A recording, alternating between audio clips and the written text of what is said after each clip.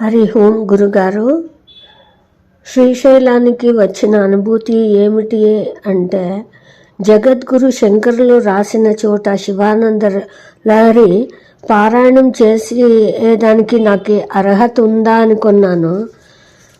అక్కడ పారాయణం చేసిన తర్వాత నాలో ఒక పాజిటివ్ వైబ్రేషన్ కలిగి నా కళ్ళల్లో ఆనంద బాష్పాలు రాలాయి. శివునిలోనే ఐక్యమైన అనుభూతి కలిగింది. ఇదంతా గురువుగారి ఆశీర్వాదంతో, వాళ్ళ శ్రమతో, వాళ్ళ అనుభూతితో ఇలా అనుకుంటున్నాను. ఏమీ తెలియని నాకు ఇంతటి ఆధ్యాత్మ జ్ఞానము ఇచ్చారు. నేను ఇలాగే ఎప్పుడూ ఎదగాలని నాకు గురువుల ఆశీర్వాదం కావాలి. ఇదంతా ఊహించుకుంటే నాకు ఒక సామెత జ్ఞాపకం వచ్చింది. పువ్వుల నుంచి దారం స్వర్గానికి చేరుకుంది.